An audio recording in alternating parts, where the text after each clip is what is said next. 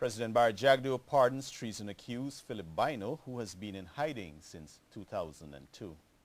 World leaders are calling for continued momentum to tackle HIV and AIDS on the observance of World AIDS Day today, while officials here say the government has made significant progress in this regard. And Caribbean countries are now complaining that the monies made available by the European Union to implement the Economic Partnership Agreement are inadequate. Business news, eye on the judiciary, and of course the latest sporting action in the Diamond Mineral Water and NCN Sport News right after these. Good evening, I'm Natasha Smith. And I'm Paul Moore. With this edition of the 6 o'clock news for today, Monday, December 1, 2008. Here's what's happening. Over to you, Paul. Thanks, Natasha. According to reports, President Barry Jagdeo has pardoned treason-accused Philip Bino today. In July of 2002, Philip Bino and Mark Benskop led a group that stormed the gates of the president's office during a protest, resulting in charges being laid against the men. The president has decided to grant a free pardon to Mr. Bino after he had written him in 2007 and later requested a pardon. In his appeal, he expressed remorse over the invasion of the president's office and the destruction of state's property.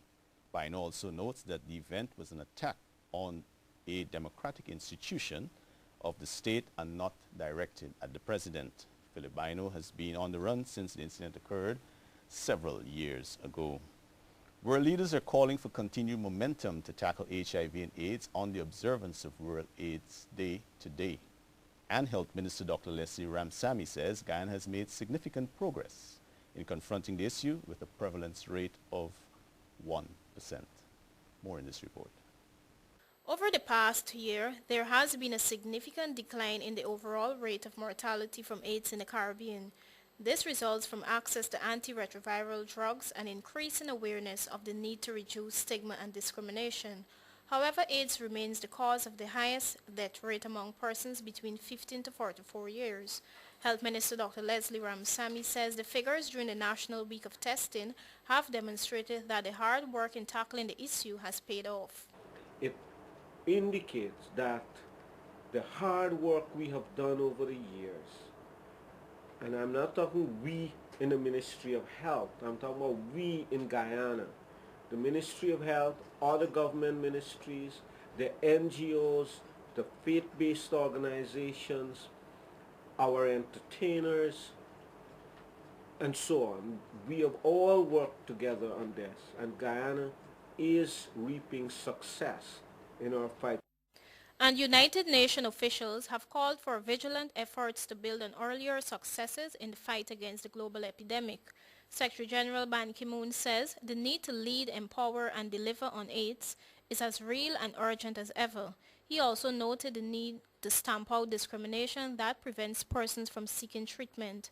And CARICOM Assistant Secretary General Dr. Edward Green believes that religious leaders can assist in this regard. But we have a long way to go with stigma and discrimination because I think that it's very important for us to really ensure that many of the stakeholders, for example the churches, chief among them, could get out the message that the issue here is not to stigmatize people either because of sexual preferences or because of their being afflicted with HIV/AIDS, but to be compassionate and to reach out and see the reasons why and how we can be inclusive in the way that we deal with people. The Health Ministry has achieved the target of testing more than 10,000 persons during its National Week of Testing. In the meantime, legislation to tackle HIV and AIDS has already gone through consultation and will be tabled in the National Assembly next year. Dr. Green says policies must be targeted towards the vulnerable group. In most of the region, one of the concerns we have is about homophobia, and that is one of the main reasons that that is probably driving the men that have sex with men on the ground and sort of being a barrier for them being tested. Now, if this is the case, then we have to try and do something about how we correct this situation. And I would think that we have to try and deal with the legislation, for example, that guides the practice.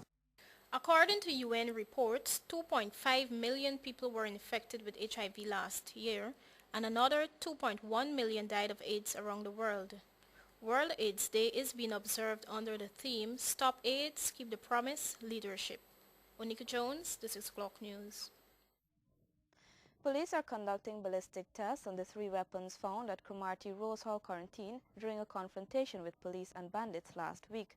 The 2 AK-47 rifles, one of which was stolen from the Army, and the shotgun are suspected to be used during the reign of Rondell Feynman Rawlins. Edward Lane reports.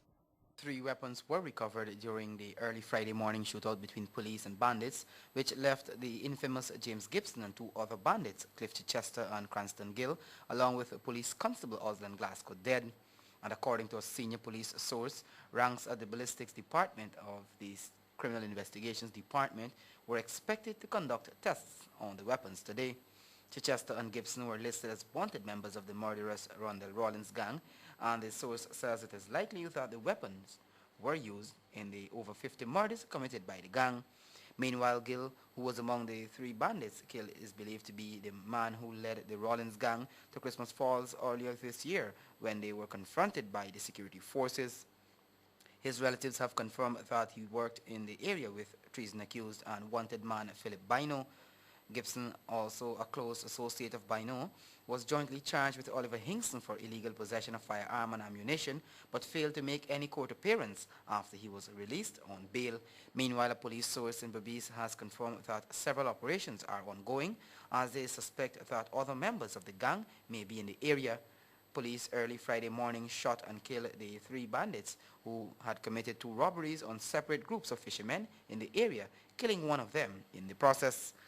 Along with the weapons, the ranks recovered over 240 various calibers of ammunition, clothing, cell phone SIMs, among other items. Edward Lane, the 6 o'clock news. Caribbean countries are now complaining that the monies made available by the European Union for the implementation of the Economic Partnership Agreement are inadequate.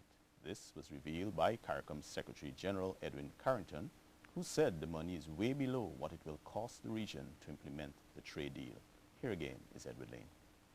CARICOM is now complaining that an aid package of 165 million euros is not enough to help the region and the Dominican Republic implement the Economic Partnership Agreement with the European Union.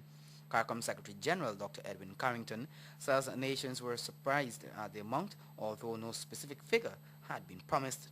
Carrington said Saturday that the money is also to help the region in creating a single Caribbean market with a unified currency. The 50-nation trade bloc signed the pact amid warnings that further trade liberalization would inundate small Caribbean economies with less expensive European goods outlined in the recently signed accord.